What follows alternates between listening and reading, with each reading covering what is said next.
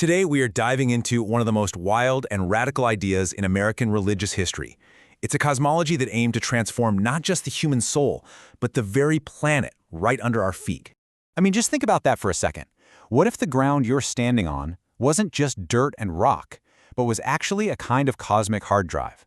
One that's been recording all of history, just waiting for the day it becomes totally transparent.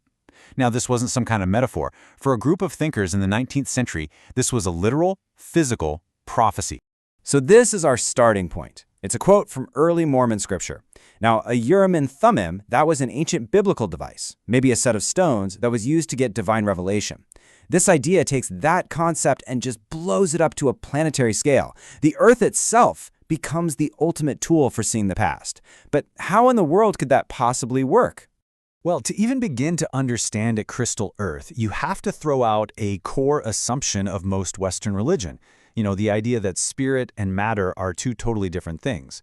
This theology comes along and proposes a radical new law of physics for the entire cosmos. This right here, this is the grand unified theory of the whole system. Joseph Smith basically declared that spirit isn't some ghostly, non-physical thing. No, it is physical matter, just so incredibly refined, so fine or pure that our normal eyes just can't see it. And that one single idea, it changes absolutely everything. And what's so fascinating is that this idea, as new as it sounds, has some really ancient echoes. You can go back to early Christian Gnostics who talked about the Pleroma, or the fullness, when they described the divine realm. For them, it wasn't an empty void up there, but this vibrant space that was just filled with a kind of high-frequency spiritual substance. So in both of these systems, the divine isn't an absence of matter, it's just a more perfected state of it. You can almost picture this whole journey as a kind of spiritual alchemy. Okay, so you start with gross matter. That's our world right now, opaque and kind of fallen. Then, through a process of sanctification, it gets refined into a translucent crystal, that visionary glass you see we've been talking about. And the final stage? Pure light. That's the actual substance of gods and divine beings. See, the goal isn't to escape matter, it's to perfect it.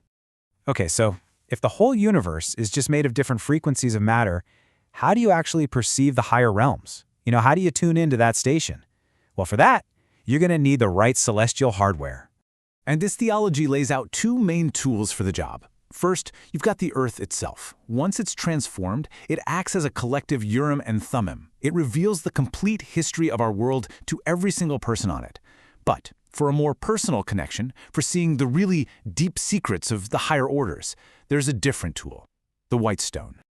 This white stone, which gets a mention in the Bible's book of Revelation, is totally reinterpreted here. It becomes a sort of personal seer stone. It's your individual key, allowing you to understand things of a higher order that go way beyond what the crystallized Earth can show you.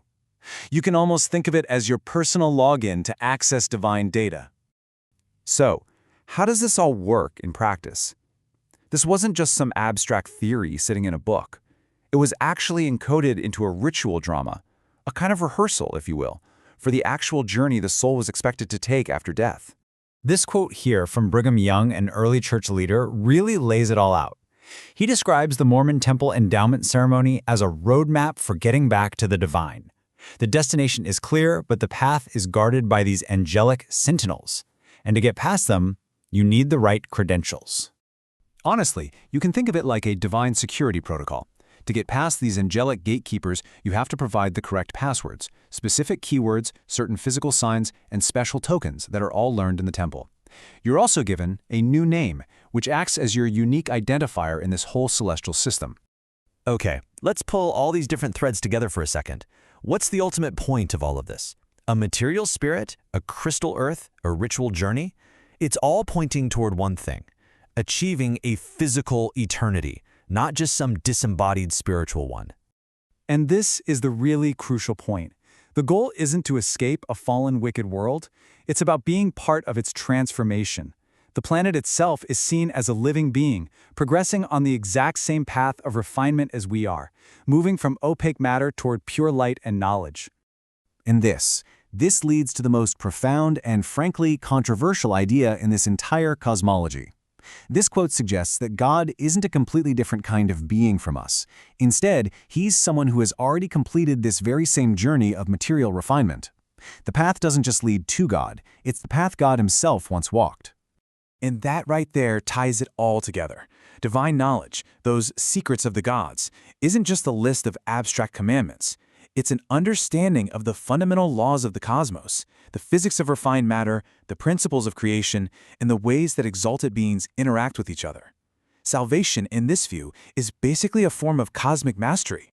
Which brings us right back to our first question, but now with a totally new perspective.